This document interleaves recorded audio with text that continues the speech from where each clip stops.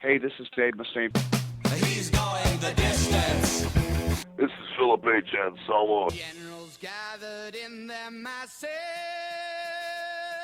This is Rex Brown. Oh, Lord, yeah. This is Odorous. This is Wayne Static. White face basket or butcher knife. This is Miles Kennedy.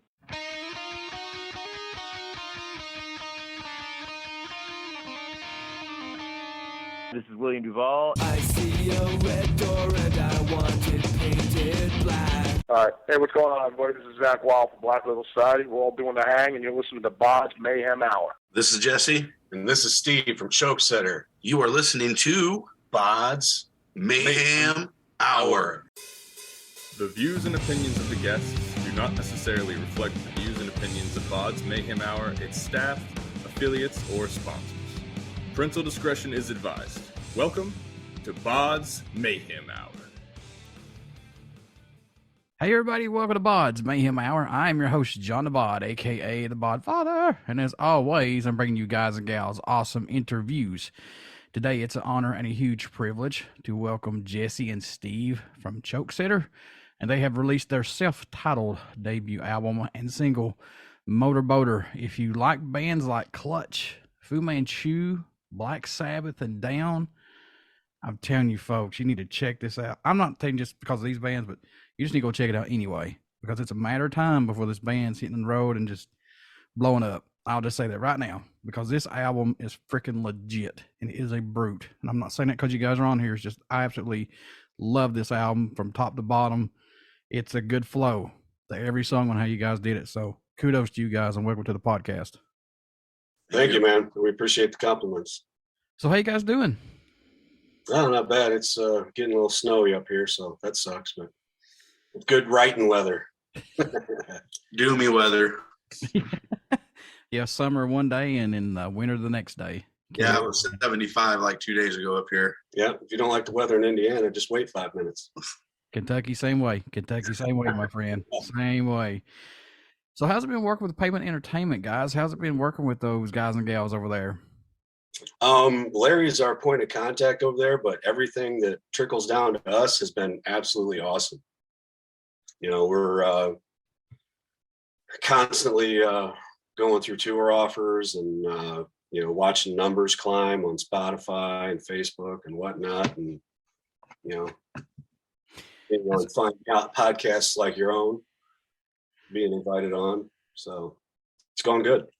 Has it been easy to work with them as far as like merch and singles and stuff like that, and how to set the album up? Has it been easy like that working with them? Have they actually helped you out more than say others possibly?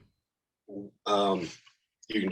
I keep walking over Jessi, but if you want to jump in here, man, just with this album has been this album's been done since what, 2018, 2019? 19, yep. Wow. No. I take that back. The release date for this album was March 2020. So think about that for a second, and you'll realize the pandemic happened. We released our album. So we've been kind of sitting on it, and hence why we're 2 years deep and still promoting it, because we weren't able to do that for about a year and a half. But we did everything independently. We just hooked up with Pavement a couple of months ago. So we're actually in the middle of writing our second album, but they really latched on to MotorBoater and wanted to promote that. So not having anything new recorded yet, we're like, yeah, you know, and we just kind of went with it. We're letting them kind of steer the boat right now, but they've been great. I couldn't imagine being a band, having an album ready to go, and then here comes the pandemic. We're like, oh, sucks to be you. And it's like, what do we do?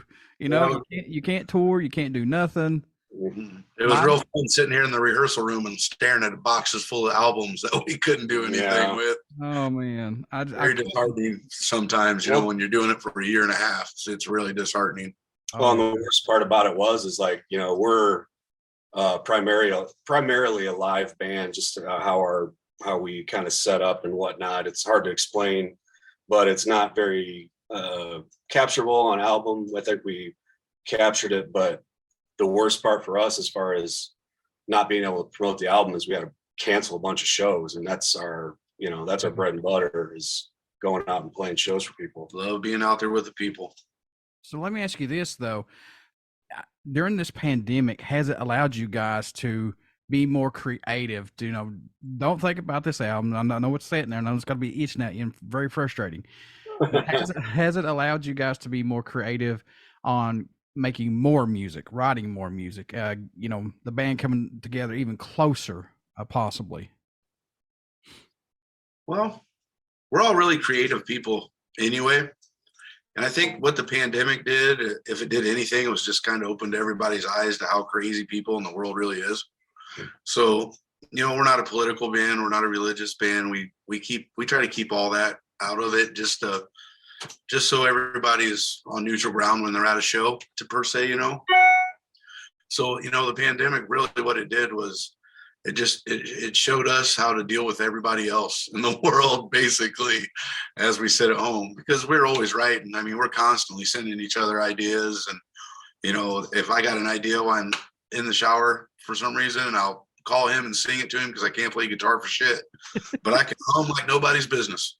Yeah. And I constantly get voice messages with, and then the funny thing is Jesse's got, and I maybe this isn't funny. Maybe it's offensive for me to say it's funny, but Jesse has very good pitch to where when he hums something and I'm figuring out the riff, I'm like, that's right in his vocal pocket. How the fuck does he do that? You know what I mean?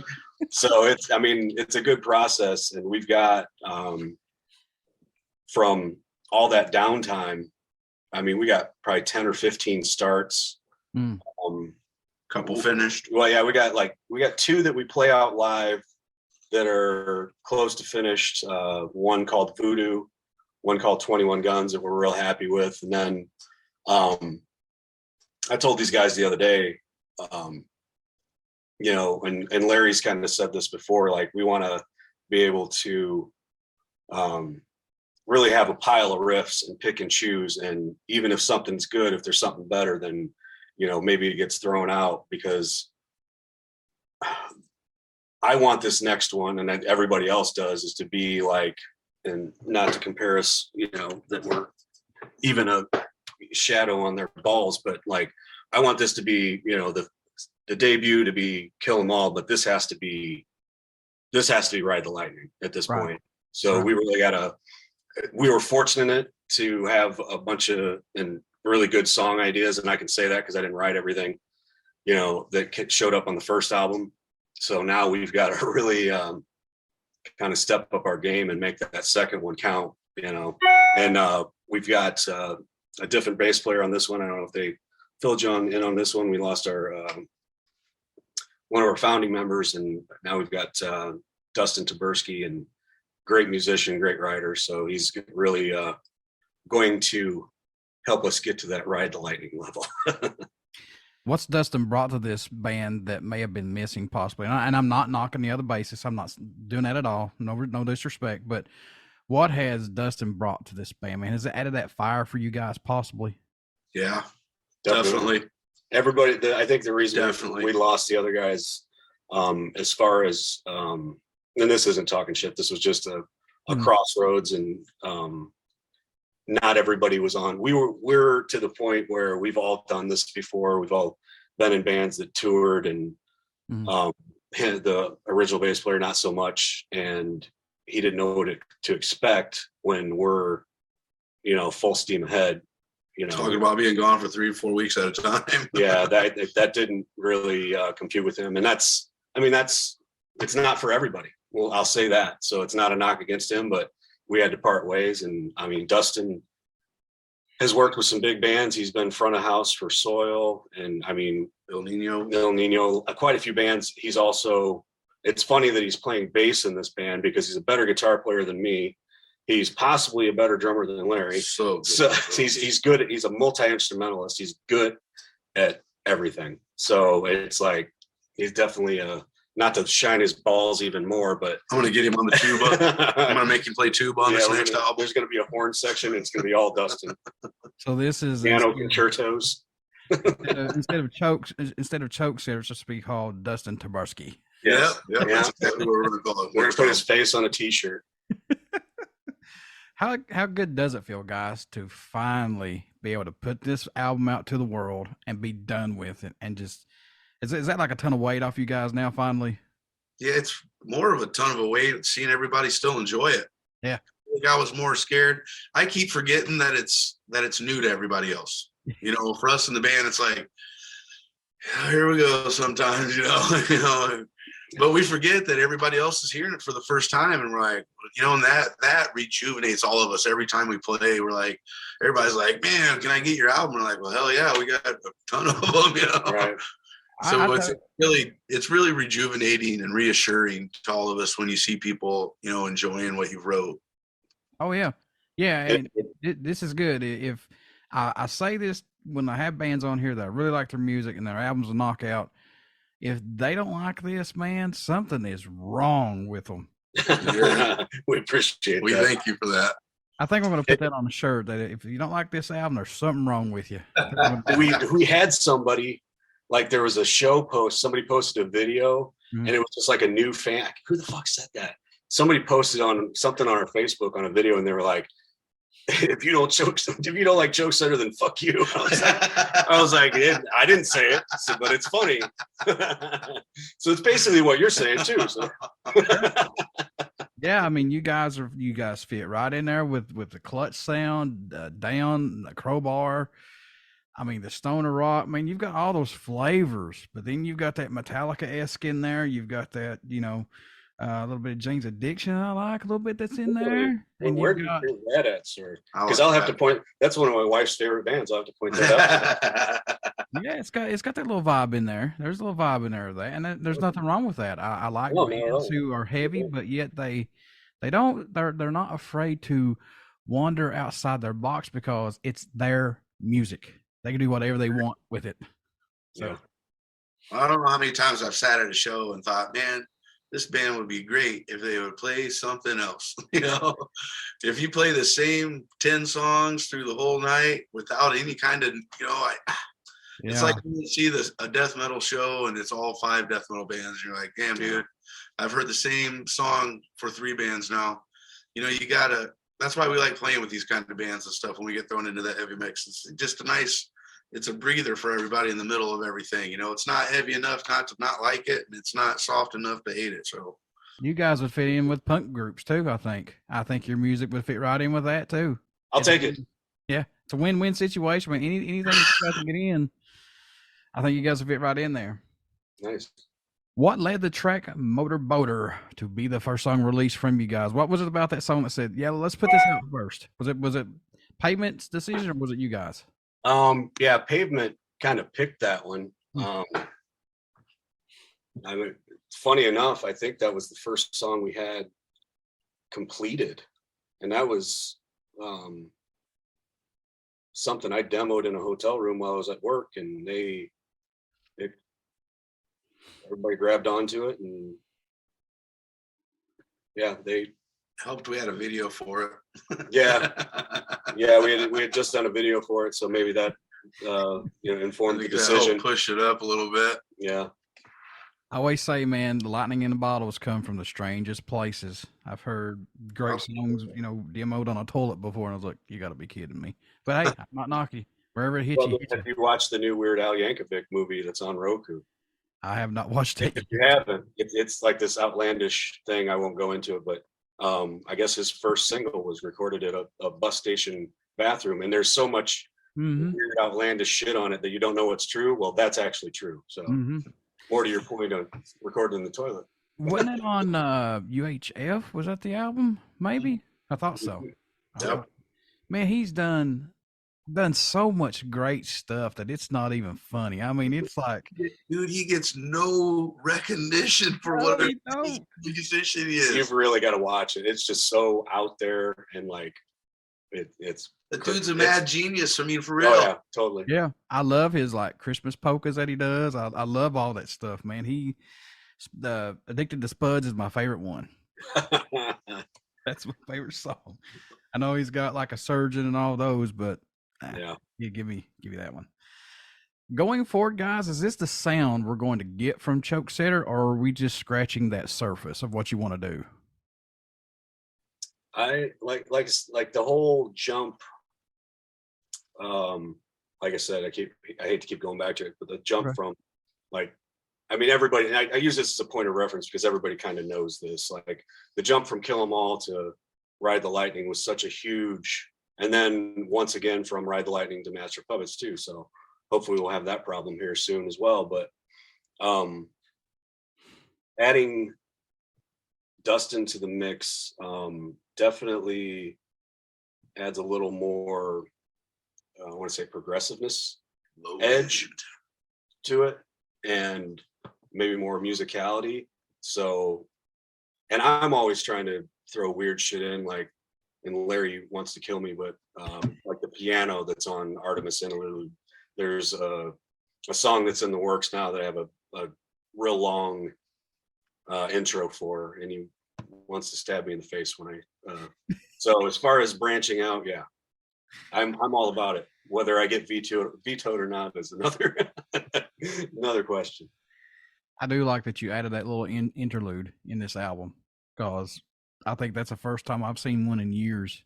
Don't stroke his leg anymore. Yeah, well, I think I got it in under the wire because we were trying to get a certain number of songs so it wouldn't be an EP. So they're like, fuck it, I'll let him have it. But it does lead into World Eater quite nicely, I thought. Mm-hmm. It was like the calm before the storm. Were these all brand new songs, or were these songs that were brought in from other projects that hadn't been used possibly?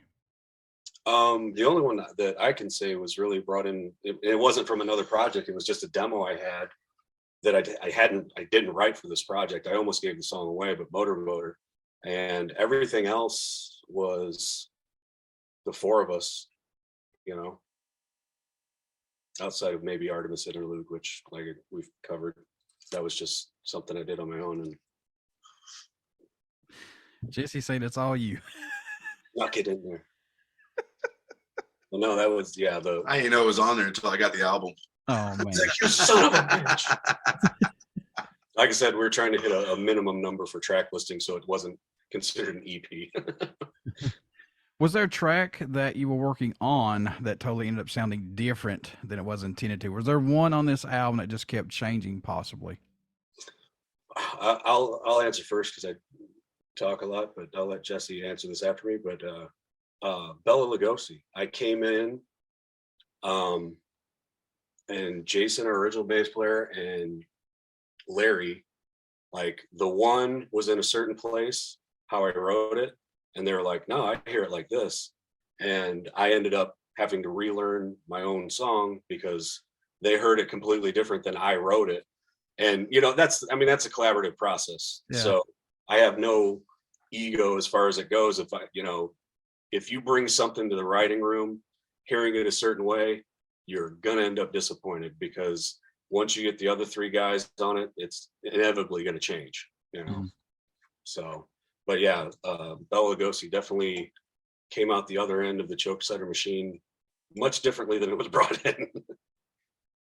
Sun Will Rise was probably mine that came out the way I'd never thought it would when we were sitting in the studios. Mm-hmm.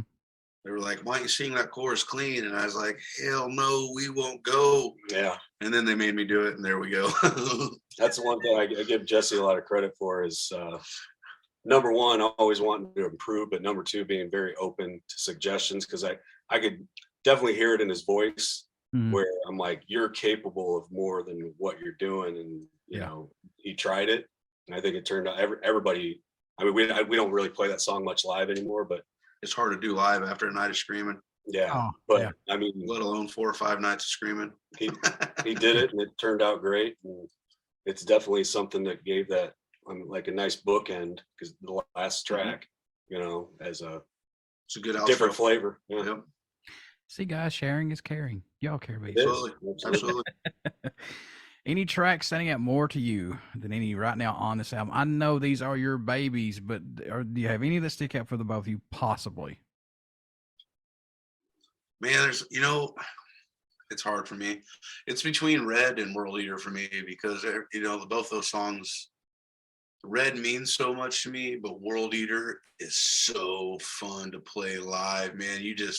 That's a song that I feel in my bones every time we play it. It's just like, oh, it's time to get nasty. It feels so good when you play it. No matter, I can play it 5 times a night and still feel the same way every time. I think that's the litmus test for anything new we write. Like, it's got to feel good live, All right, Jessi, I gotta know this, my man. We're both from Eastern Kentucky. How much of that goes into your lyrics? Possibly, do you reminisce back and add that to your lyrics? Maybe, because we know Eastern Kentucky is not all that great, but see that go into it. Yeah, soul food for the devils. I can hear that in there that you asked. Not my question to answer, but yeah. Yeah, that's I grew up on bluegrass. Yeah, and it's like deep bluegrass, and my uncles all played, and they're all, now they're all accepting, but they were all so disappointed when I started playing, rock and roll and metal and stuff. And I tell these guys, Steve will attest to it. I was like, man, if you don't think bluegrass and metal came from bluegrass, oh yeah, watch the boys play, man. Ain't nobody can pick like a little Billy Strings right now is annihilating people. He's rewriting the book on guitar. He is. I don't care what nobody says. That boy is nasty good. And to watch, and to put those stories that we all grew up on, all them, the urban legends that we grew up on from Kentucky, and the Grassman and stuff like that. And, I try to metaphorically put stuff like that in and talk about our heritage kind of, down there where my dad and them's from. And, they conjugated over to Louisville. And my grandfather was the president of the Boys and Girls Club of America down there in Louisville for many years. And so, I got to experience a lot of that area and stuff. So I try to put that in there and talk about the good old boys and stuff like that, so it definitely, Kentucky and them hillbillies definitely get into my music. I definitely like living here. That's for sure. It's beautiful, man. I know it's hard times down there all the time. And I hurt for the people of Kentucky. I always do, but it's just so beautiful, and when you're down there, it's just like, how can this not be like a top place in America to go? Yeah, I do paranormal investigating too here in Eastern Kentucky. Oh, that's awesome. I'd go all some good sites for that down home. Oh, I got some good stuff, my brother. I've got some good stuff. So let me ask you this. Was there any tracks that didn't make this album that will end up on this new one, or no? Like I said, we were kind of scraping to get the track listing up there, and that was just, we just wanted to get the stuff out. So we've been a band since 2018. So this came out, like I said, March 2020. So we were just, chomping at the bit, because we obviously, before we had anything recorded or out, we started playing shows as soon as we could, and everything came together really quickly. That's the other thing. I talked to Larry about it a lot. It's weird because it was like kismet, like it was meant to happen, because me and Jason were in a previous band, and he came to me with this concept of, he had went and saw Royal Blood, and he's like, yeah, man, it's this 2-piece. Am I saying that? Yeah, Royal Blood. I mixed them up with Royal Thunder, which is an awesome band as well. But he went and saw Royal Blood, and he's like, it's a 2-piece, and this guy plays, the guy that sings, he plays guitar, but it's running through 2 amps, like he's playing the bass part and the guitar part. He said, what if we both do that? I was like, you have my attention, because we had just gotten out of a band that we were in, broke up, and so he was wanting to continue on. So we had a handful of riffs, kind of putting stuff together, and it got to the point where we had enough. We were like, well, we need to find a drummer. And me and Larry were in another band, and I asked Larry, because me and Larry were in a band called Atharia, which is still kind of on hiatus, but it was this real heady, ethereal 10-12 minute song. So it wasn't like Dream Theater, but it was like you had to have your head in the game. So when I said something to Larry about it, he's like, yeah, I really want to do something like Van Halen, like party music, but heavy, just dumb caveman riffs, so we can just have a good time and fucking play it. And so the 3 of us got together, and put some arrangements together. And then this is the funniest part. I literally text Larry because I'm listening to like the shitty demos that we did in my basement. And I'm like, you know who I can hear singing over this? I was like, you remember Jessi Maule from Fallen? He was like, dude, Larry's a tattoo artist. He's like, I'm working on him tomorrow. He's like, I'll ask him. So, and Jessi was in like as soon as he heard the demos. So, and that was like a matter of months, dude. And like I'd been out of music for 4 years. I retired from playing. I was done. I didn't want to play no more. But when he heard it, he was like, yeah, let's go ahead and do that. I thought they were playing me like the new Sword or something on Spotify. It was instrumental. Man, I was like, hey, that's badass. What's that? Larry slides the phone all over, all slow to me. I think he was probably like, yeah, he's doing that me, shit hey, on purpose. You want to play? You ever think about playing again? I'm like, man, I'm good. I'm done. And he slid that over, and I was like, damn, what's that? He's like, that's what I want you to play it on. I was like, son of a bitch, man. I'm back in. I'm in. But I mean, I think we played our first show in August of that year. Yeah, like August 17th. I think this was like March is when it started, and August was the first show. But so it came together real quick.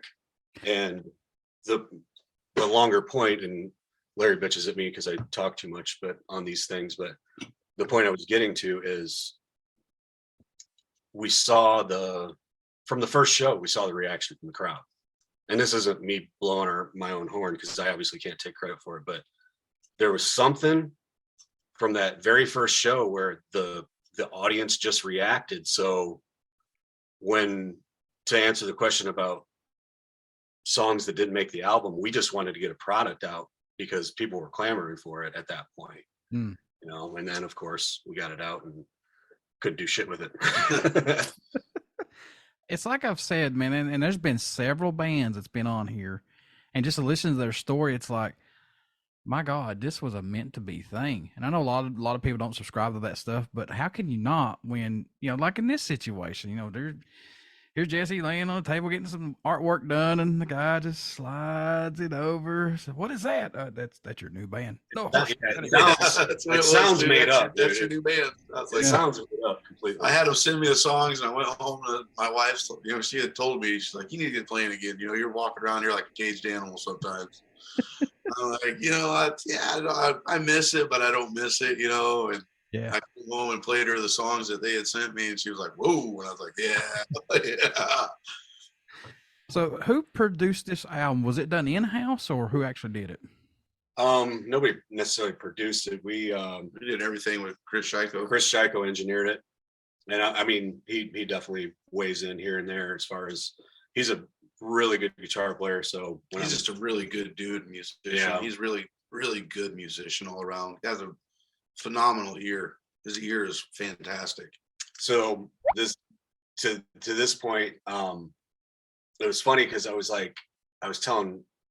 I've known Chris, everybody in Chokesetter's known Chris. And I was like, Chris, you really need to come see us live before we start recording. So you can he's like, well, how different can it be? So going back to Jason's original idea about using the both. So I'm running a guitar amp and a bass amp. Dustin's running a guitar amp and a bass amp.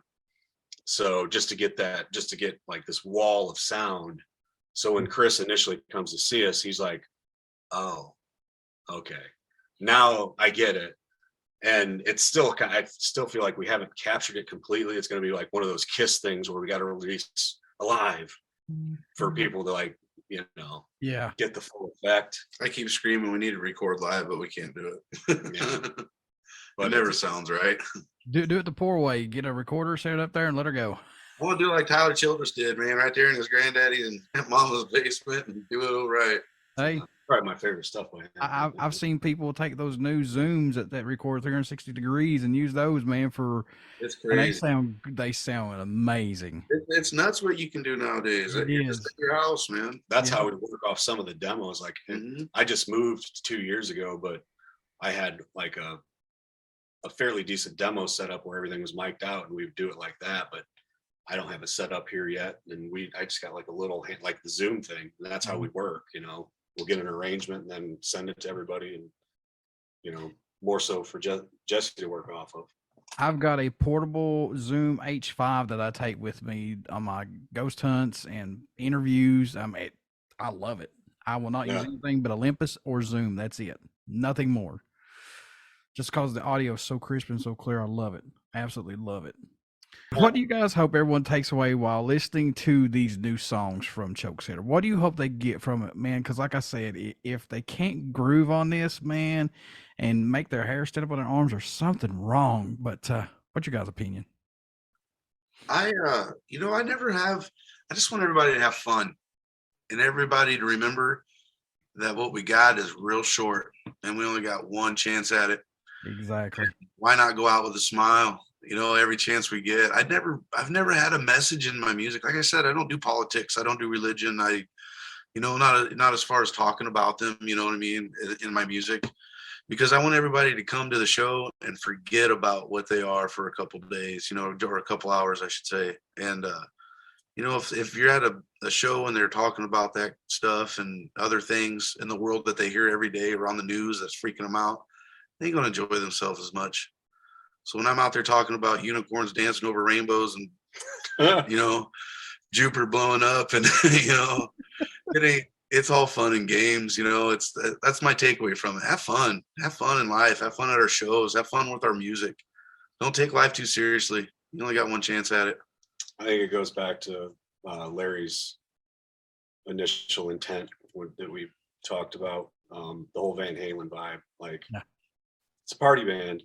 I mean, we got shut with songs like, World Eater, that's obviously doom and gloom, but we're at no point are we up there brooding while we're playing it. We're having fun, you know what I mean? There's always a smile on our face. And for Christ's sake, our single is MotorBoater, and everybody thinks it's about tits, but if you listen to it, it's really not, but it gets your attention. That's right. That's exactly right. You see MotorBoater, like, Let's check it out. When people find out what it's about, they trip out a little bit. They're like, wait, you suckered me into that. I thought I was singing a song about some tits, and then now. But it's about something cool still. I mean, they're like, I see what you did there. I see what you did. I think at the next album, there's just going to be a song called Tits, and it won't have anything to do with it. I'm going to talk about water buffalo the whole time. Just do Tits, a.k.a. MotorBoater, and then they'll be like, Part 2. What? All right, guys, I know you both had a lot of music growing up, and I know that you guys still have a lot of music that you guys go back and listen to from time to time, but do you have one that an album that you can't kick out? You've got to go back and you have to listen to that album, or just maybe a couple songs or something other, maybe. Recently, like, this is going to take him a minute, I can tell. And it would normally take me a minute too, but for whatever reason, a band called Warrior Soul just put out a new little EP, 3-song EP, and I went back and listened to their first 2 albums, and dude, I can't get sick of them. They've got their first album was called Last Decade, Dead Century, and the second one was Drugs, God, and the New Republic. Fucking fantastic albums. They were on Geffen, but they were so weird. I don't want to say weird, but they were not easily pigeonholed at the time. So nobody knew how to market them, and they just landed flat. But the albums are fucking fantastic. And I probably have 10 of those that I can give you, but recently those 2 albums are just fucking phenomenal. For me, it have to be. I got such a weird taste in music. I'm all over the board. Like, I'll listen to crazy old Hank, original Hank, and then I'll listen to, Between the Buried and Me. Alaska is one of my favorite albums of all time. But for me, it's always, I found one weird band in their late 90s, and they just caught me off guard. It was John Spencer's Blues Explosion. Yeah. And, man, that album Acme was just, I went and watched them play at the Metro in Chicago on New Year's Eve, and they played for 6 hours straight. Just them. They did 2 separate shows that night. And I was just floored that 3 guys could do that in a band. I mean, I'd see Primus and everybody, but for some reason, John Spencer just had this whole different vibe. And I listen to that album once a month. like completely do that. Now I got worried. Those two, his first two albums were just oh, he's such a good, he's still is a great musician. And other than that, like for music, I probably watch Queen's Live Aid at least once a month because Freddie Mercury was hands down the best front man that ever walked the earth. You know, like him or not for what he was and who he is, but that dude was hands down, you can't touch him, the best front man that ever walked the earth. So we got like 3 answers. Can I say some more now? Fuck this guy. I only said 2. Damn it. Yeah, Freddie Mercury, man, when he came on stage, he owned it. He grabbed yeah, that's what. There's no. I mean, if every front man don't take after that guy, then you ain't doing it right. You know, if you're not up there to, you know, I hate being the center of attention, but that's what you got to do on stage. You got to make them watch. You know, right? Yeah, I agree with you totally. And plus, he interacts with the freaking crowd. He just you gotta love the people. He wants you to be part of that show with him. He wants you part of that band for that I don't know 2-3 hours. Yeah, give me goosebumps. Still watch it every time you watch it. Your hair stands up. You're like, dang, man. Yeah. One time. So unlike other lead guitar players, I don't mind taking the fucking backseat to this dickhead because he does exactly that. And I'm not trying to shine his cock because he's sitting right beside me, but dude, if I'm in a perfect spot because if this band blows up, nobody will ever recognize me. It'll be this guy because he's engaging and he gets everybody into it, and that's the only thing they remember. They remember the music. They remember the insane front man. So credit where credit's due. All right, guys, how can folks get out and pick up this new album, self-titled debut album from you guys? How can you do that? And stay in touch, buy some merchandise, tour dates when this happens again. How can you do that, guys?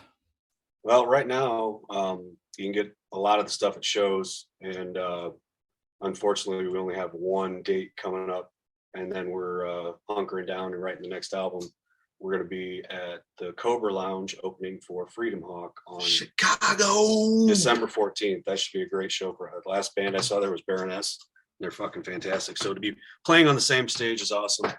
But we have a website, chokesetter.com, and we have been working towards getting a merch platform on there. Right now, if you want to actually buy the album, a digital copy, you can get it on Bandcamp, and I think they have one of those things where you can just pay whatever for it. Yeah. But as far as a hard copy, we don't have a way to do that yet, but we are working on it. But we do free to message our page with your address. We'll send that shit to you. We don't care. Yeah, I mean, we can do stuff like that. Like you can message chokesetter.com, or you can message the Facebook page, and we will, I mean, for a nominal fee, we'll send it out to you. And I have no problem sending people pictures of shirts so they can pick one out and pick a size. And I was just telling a buddy of mine this other day, like, dude, we have so much stupid shit at our merch table, but it's awesome because people love it. We got, we're working on hats and patches right now, but we've got beer koozies, buttons, all kinds of stickers, pins, 5-6 different t-shirts, posters, CDs. So, we are jumping on that commerce. We're merch horse. But we don't put out bullshit. That's the thing. Like Larry's an artist, and he comes up with a lot of our designs, and it's all good stuff. I am a autograph poster guy, so I will be getting one off you guys to hang on my wall. All right, man. Appreciate it. Yeah, we will send. If you get a hold of me, get a hold of Steve. We'll send that out promptly. We will personalize it and all that stuff. Or, I don't want to make you wait till spring, but we're definitely going to be on the road, and Kentucky's a target. Oh yeah, better be in Kentucky, guys. Damn it. Before I let you guys go, would you care to do a promo for my show? Absolutely, man. This is Jesse, and this is Steve from Chokesetter. You are listening to BODS Mayhem Hour. Everybody stick around. We got some great stuff coming up, and you only hear these interviews right here on BODS Mayhem Hour. Please get out and check out our Facebook page. It has our podcast link and our YouTube link. And please, folks, get out and support me on the YouTube link. Get me over that 1K. I'm close to 1K, but like 939 right now. Come on, folks. Help me get over that hump. Come on. Get the man up there. John the Bod, need your attention. I do, and I'll eat a bologna sandwich with you guys on whoever's 1,000. Mustard. That's all I know. We'll say it on here. We'll go live. I don't care, but just please help me. Also, get out and check out Chokesetter. Pick up this album, their self-titled album. And I'm telling you folks right now, this is a brute of an album, and it doesn't really seem like it's a debut album, honestly. This is a great, great album. And as always, right now for it. They call and they want the address. They want the album. Pick they're that calling shit. right now. They're calling. Wait, there's more. This phone don't ring till I do an interview. But please pick this album up and support this band. So, guys, I wish you nothing but the best of luck, and you always have support from me, my friends.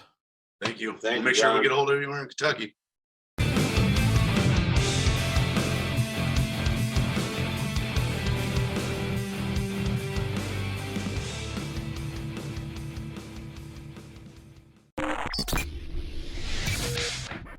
You're listening to BODS Mayhem Hour.